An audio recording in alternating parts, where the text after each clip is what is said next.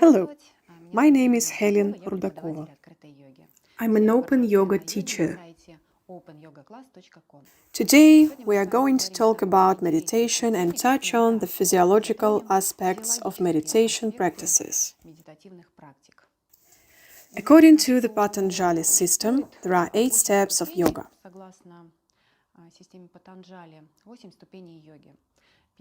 Yama, niyama, asana, pranayama, pratyahara. The last steps are attributed to sanyama or meditation. Why does asana become the third step? If you've ever tried to keep your body still for a long time, then most likely you're faced with such a problem that it's quite hard to keep your body still. You want to move, you want to change position, your legs are numb, your back is tired. You need to train your body to approach such a state when you can keep your body motionless in a certain position for a long time.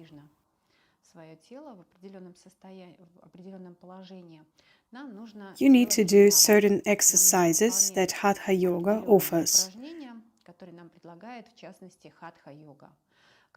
That is, you train your muscles when you do asanas, body postures, for a certain duration. Keep asanas for a short time at the beginning, then increase time in those asanas.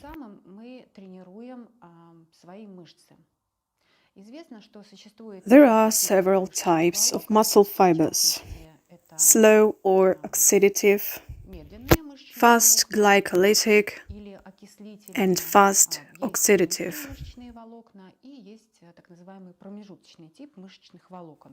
They belong to the skeletal muscle type. Slow muscle fibers help to keep your body motionless. Fast muscle fibers are responsible for fast and intensive, powerful movements. So, if you practice Hatha Yoga, you train the slow muscle fibers. They are responsible for holding static position. Muscle fibers change. Its functionality improves. So you can sit still for a long time and not get tired. Your body becomes more fit. The second thing about Hatha Yoga practice is the joints workout. Specifically, hip joints open and strengthen. It helps you to easily hold Sukhasana, the cross-legged pose, the half lotus or lotus poses. You can keep a position motionless and your legs don't get numb. Yoga practice helps you do this. If you practice Hatha Yoga and Kriya Yoga, you work out your spine very well.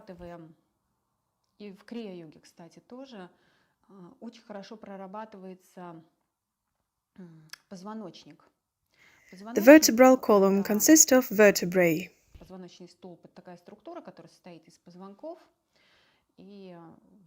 One vertebra lays on another one, thus forming the axis of life.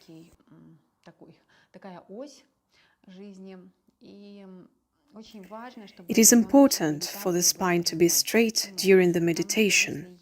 Why? If there are any curves, and they are pathological, not physiological, excess stress occurs which will contribute to you feeling tired and your brain working badly. This, of course, won't help in meditation. If you train, you strengthen your muscles that support the spine and hold it upright. Normal, physiological posture is formed. It helps you to practice meditation. One more thing about Hatha Yoga.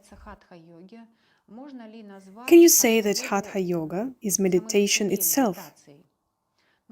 I think you can.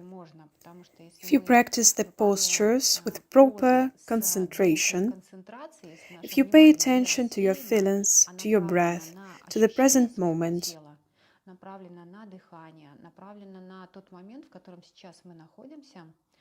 you can tell that Hatha is also a part of concentration or meditation. So, through practice, you'll be able to remain stationary and keep your attention on an object for a long time.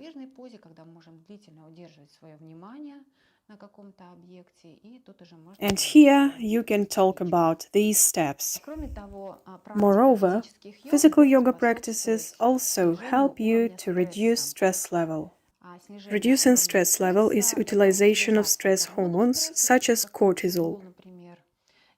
It helps you to reach a relaxed, normal state when you can start meditating.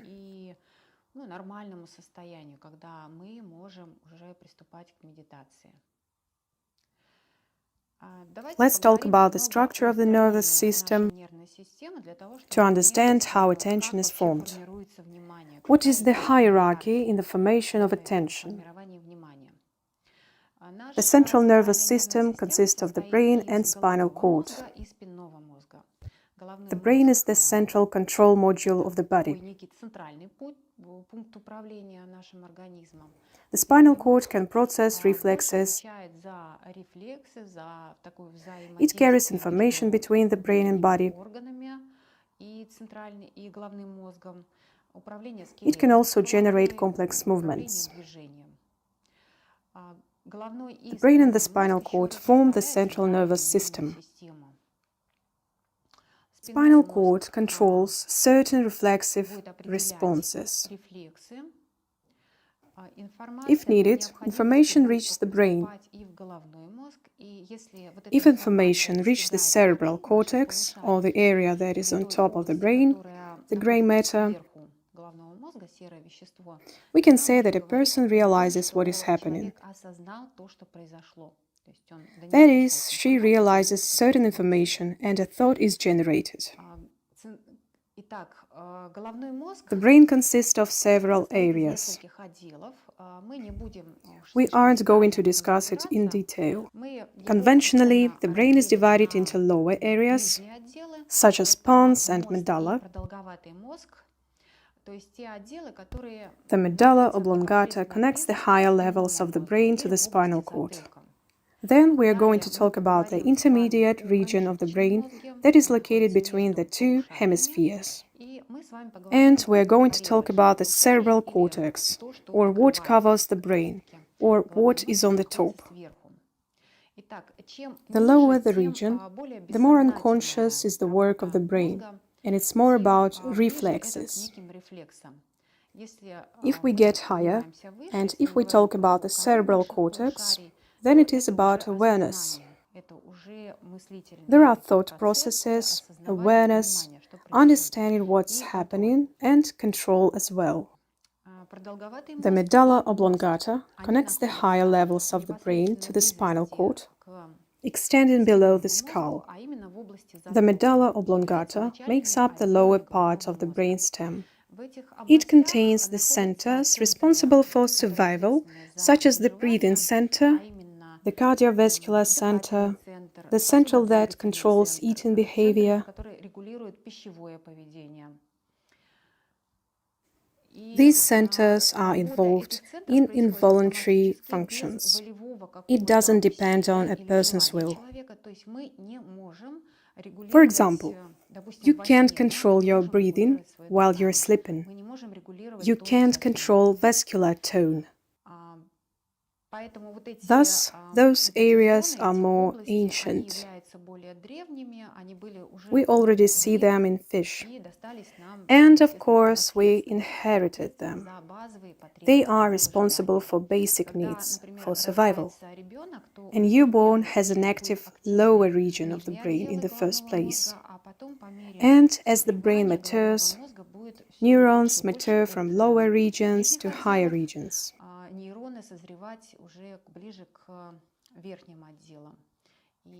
Gradually, by the age of 18, 20, the mature brain of an adult is formed.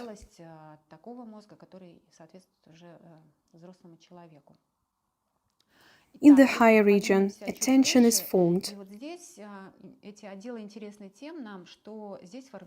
Both voluntary and involuntary. Involuntary attention is connected with involuntary reaction of a person. For example, you are going to meditate. You sit in a comfortable pose, eyes closed. Suddenly, you hear a sound. The reaction, when you open your eyes, you look at the object that makes the sound. You turn your head and body in the direction of the sound, is involuntary attention. Or you focus your gaze on one point. Again, you sit to meditate and practice. You see something out of the corner of your eye. Something moves and you look that way. It is also involuntary attention. The middle brain is responsible for involuntary attention. There are the so-called quadruple hills.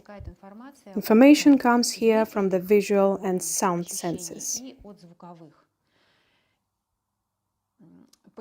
Why is this reaction at the reflexes level, involuntary attention or curiosity? The reason for this is survival.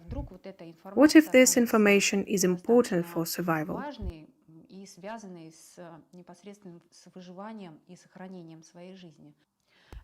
The thalamus is a kind of filter for the brain.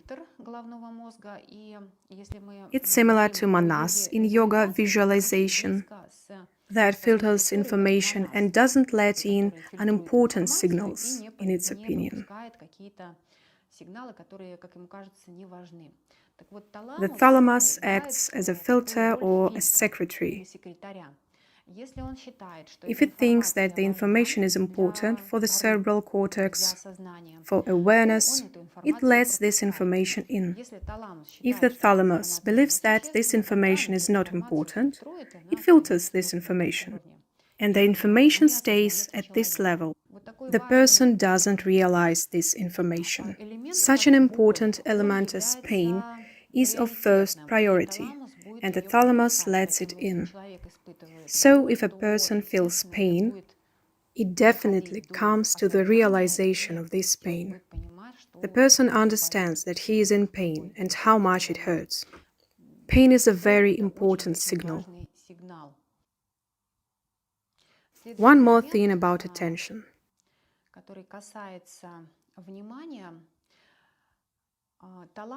The thalamus can work under the direction of the cortex, its so-called chief.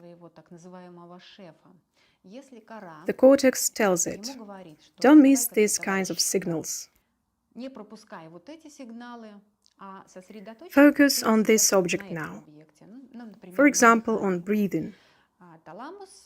The thalamus doesn't miss the signals that the cortex tells it to, and it tries to focus on the chosen object. Of course, it is hard to do for the first time. All reflexes dominate. But if you train the connection between the cortex and the thalamus, if you train your voluntary attention,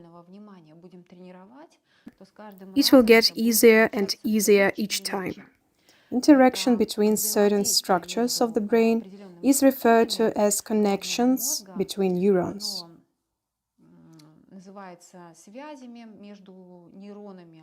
It is very close to the concepts such as associative links, when one region of the brain intersects to another. The more often they do it, the stronger becomes the interaction between them.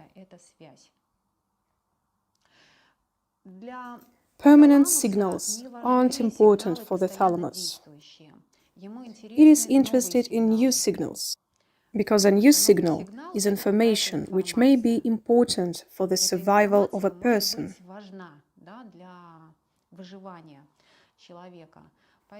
So we have to work with our reflexes, этими моментами работать, своими рефлексами.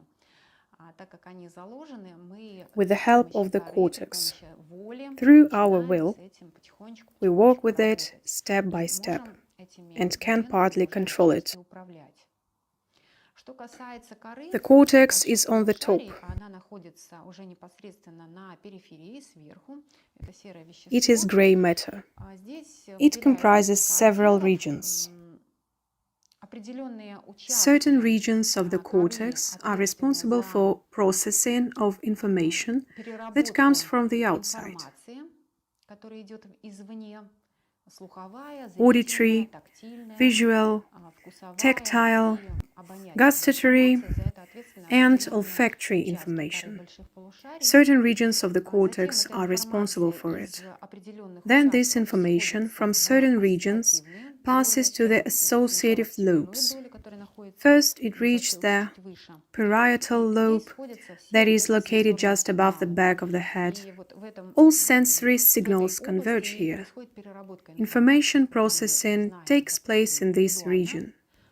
For example, when you know how the object looks like, you know how it feels to touch, its sound, its taste, its color, its smell.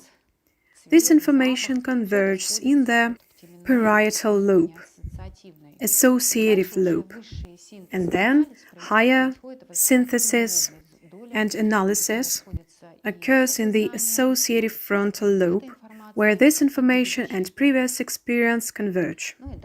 Then the cortex gives orders, recommendations to the underlying regions. While the thalamus is directed more outward than inward, it analyzes what is happening in the external environment, and it lets the information in or doesn't do so. The hypothalamus is directed more inward than outward. Let me remind you once again that the hypothalamus is a structure of the encephalon, which is located just below the thalamus. The hypothalamus regulates the body's activity, endocrine regulation, regulation of glands, emotions, and positive or negative programs are formed. For example, you've got some experience. You understand that you enjoy it. This is a positive program. You've got some negative experience, something unpleasant. And at the hypothalamus level, negative emotions are formed. Then, these emotions and programs largely determine human behavior. This was a brief introduction to the physiology of the central nervous system and control of attention. I would also like to note that there are practices that directly affect the quality of meditation. These are all the physical practices like Hatha Yoga and Kriya Yoga. They affect the spine, they affect the brain. They improve blood circulation. They improve the circulation of cerebrospinal fluid. It starts circulating from the tailbone, then it rises up along the spinal canal, washes the spinal cord.